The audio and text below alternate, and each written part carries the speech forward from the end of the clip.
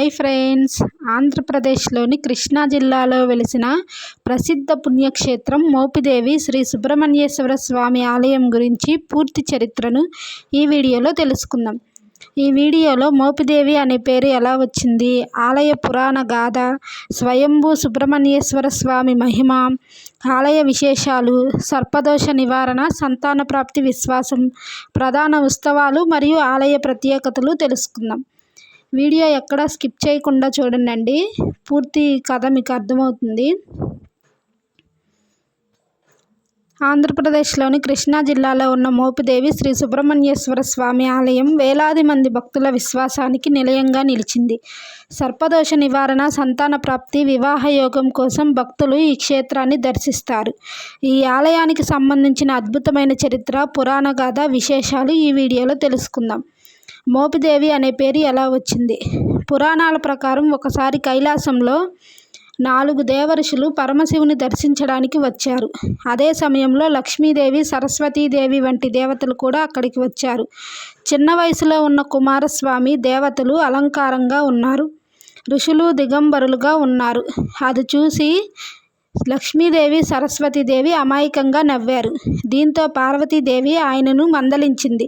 తన తప్పును గ్రహించిన కుమారస్వామి భూమిపై సర్పరూపంలో ఘోర తపస్సు చేశాడని కథనం చెబుతుంది. ఆ తపస్సు జరిగిన ప్రదేశమే తరువాత మోహినీపురంగా, కాలక్రమేణా మోపిదేవిగా ప్రసిద్ధి చెందిందని చెబుతారు. అగస్త్య మహర్షి మహిమ. స్కంద పురాణంలోని సహ్యాద్రి ఖండంలో మోపిదేవి క్షేత్ర మహత్యం ప్రస్తావించబడింది. అగస్త్య మహర్షి దక్షిణ భారత యాత్రలో ఈ పవిత్ర క్షేత్రాన్ని గుర్తించి ప్రపంచానికి తెలియజేశారని విశ్వసిస్తారు. ఈ ప్రాంతం తూర్పు దిక్కున ఉన్న ప్రముఖ కుమార క్షేత్రంగా ప్రసిద్ధి చెందింది. స్వయంభూ సుబ్రహ్మణ్యేశ్వర స్వామి అవతరణ. దాదాపు 2 శతాబ్దాల క్రితం వీరారపు పర్వతాలు అనే భక్తునికి స్వామివారు కలలో దర్శనమిచ్చారని చెబుతారు. ఒక పుట్టలో తాను వెలిసి ఉన్నానని, తనను వెలికి తీయాలని ఆజ్ఞాపించారు. గ్రామస్తులతో కలిసి ఆ పుట్టను తవ్వగా అక్కడ స్వయంభూ సుబ్రహ్మణ్యేశ్వర లింగం దర్శనమిచ్చింది.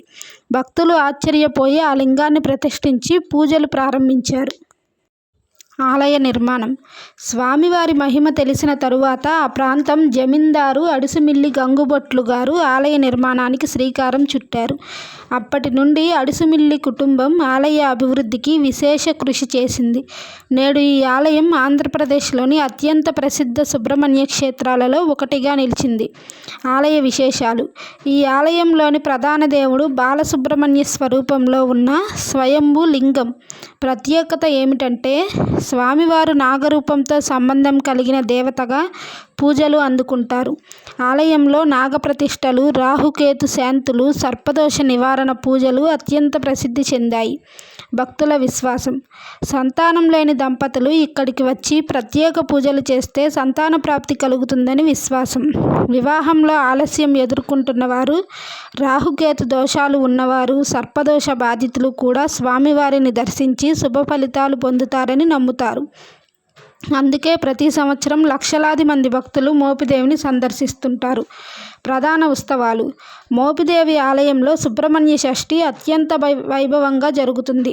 అలాగే స్కంద షష్ఠి, నాగుల చవితి, కార్తీక దీపోత్సవాలు ఘనంగా నిర్వహిస్తారు. ఈ సందర్భంగా వేలాది మంది భక్తులు స్వామివారి దర్శనం కోసం తరలి వస్తారు. నేటి మోపిదేవి క్షేత్రం. విజయవాడకు సుమారు 70 కిలోమీటర్ల దూరంలో ఉన్న ఈ ఆలయం ఆంధ్రప్రదేశ్లోని ప్రముఖ పుణ్యక్షేత్రాలలో ఒకటి. నిత్యం వేలాది మంది భక్తులు స్వామివారిని దర్శించి తమ కోరికలను చెప్పుకుంటారు.